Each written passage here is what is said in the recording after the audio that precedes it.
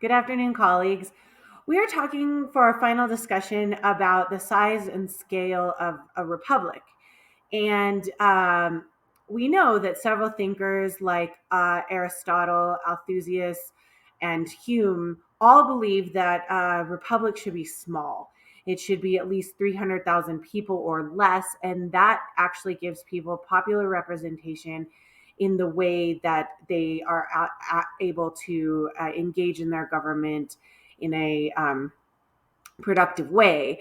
And then we also know that Thomas Hobbes, had the idea, kind of really formulated the idea of the modern state. And his idea was that people are in anarchy whether they're unless there's a government, unless there's sort of some sort of compact between ruler and ruled, be it a republic or a monarchy, that there are people who obey the rules in the government, and then you just sort of obey. It doesn't matter if and you're all individuals. It doesn't matter what race, creed, religion you are. You all kind of come together and obey the overarching idea and authority of the government.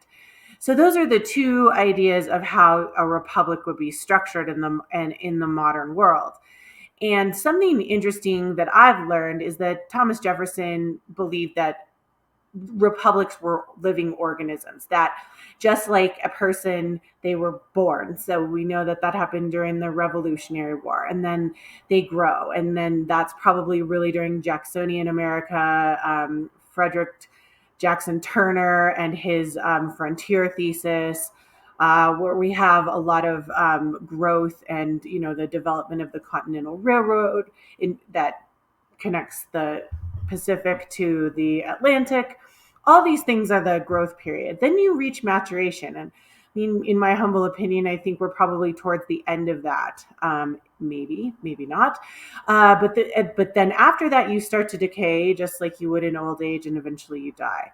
And this cyclical idea is also, is pretty ancient. Polybius had believed that there was a cycle of like anarchy to republic to divine monarchy.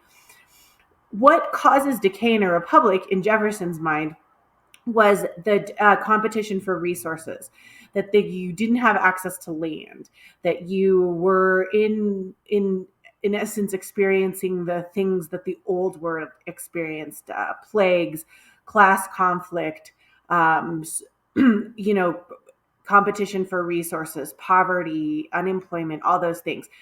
And in Jefferson's mind, he believed that more land, like the Louisiana Purchase, moving west,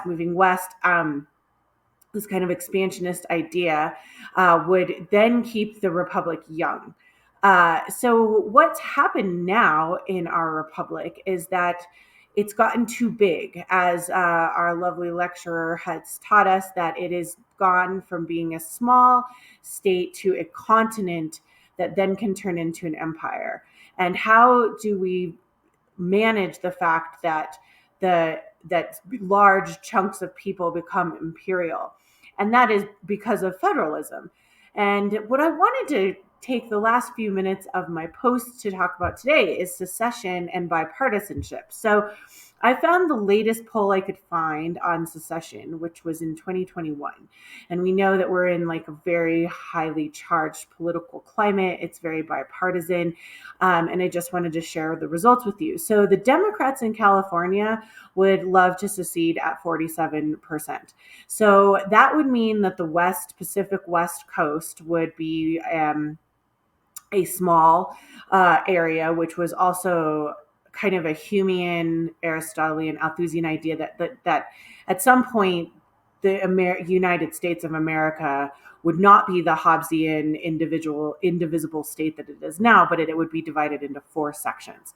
So we'd see a Democratic majority over there. In the Mountain West, we have Republicans, that's where I am, at 43% would like to secede. I wonder who would come with us. I'm not sure. In 66% of Republicans in the South want to secede. I'm not actually shocked about that. And then what was shocking to me is 43% of independents in the Northwest would like to secede. I wonder what that would look like. What an independent, not gridlocked, bipartisan, like I wonder what that would look like. I think it would be really amazing, very moderate. And then, not surprising here either, the Democrats in the Northeast at 39% would like to secede. What I guess I would wonder is what sort of, if secession did happen and the Hobbesian state got then chopped into four different little smaller sections, what sort of governments would they have? Since we're such a regionally based, like our cultural identities are so regionally based.